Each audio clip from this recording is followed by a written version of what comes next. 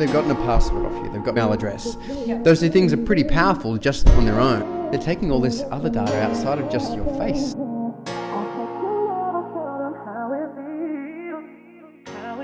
Hi, my name is Deanna Ruseska, and today we're going to be talking about the impact of augmented reality in the online retail industry and its effects on consumer privacy.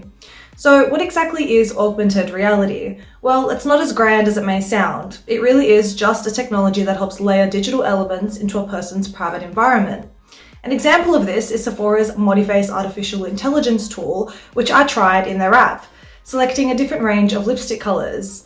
I sat down and spoke to research fellow Dr Rowan Hughes from the Epicentre at the University of New South Wales to talk more about this technology and its effects in the future. It's kind of been surprising that they've been so ready to kind of democratize their brand in that way. Do you believe that one type of AR technology collects more sort of personalized information over another? I think there's one kind of, if you're using kind of physical markers or something like that, there is kind of an implied consent. I think certainly there are kind of more trickier security concerns around and privacy concerns around kind of markerless tracking, but that's the way it's going. There's certainly companies and the public need to kind of plan around markerless capture, and just because they're ubiquitous now. Are we going to just kind of accept it? Well, this is convenient and I like this, so I'm going to ignore the kind of much larger issue about these people stealing this intangible thing, my data.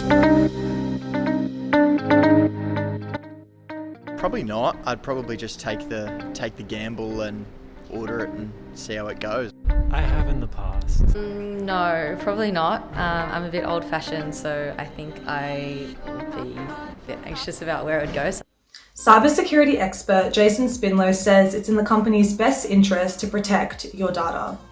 A lot of companies will ensure and make sure that your data is as secure as possible, because if they don't, you won't use their sites and services. It benefits them because it benefits you, and that's the whole thing, right, about consumerism, right? It has to be something that somebody wants for them to purchase it off you. Australians actually cannot dispute the use of their data at a federal level. So do you believe that these laws are problematic, the fact that we actually can't go to a court and ask them to do something about sort of data breaches? Well, there is a requirement for most companies in Australia or the US or European Union to notify of a data breach. Okay. It's more so like what you're saying, when you're asking what data they're collecting, that becomes a bit of a difference and a problem, because they can't necessarily tell you and they don't necessarily want to tell you. Do you feel like there should be more education in that sort of field? Definitely. It's funny because you get these people that are born up into it, and it almost makes sense they should know more, but they don't. Machine learning that's being built in your face and model, but that's being built on everybody's. What happens with that data then? Does it go to a law enforcement agency to help identify you, or you just don't know who has access to what. So the education's a big thing, absolutely.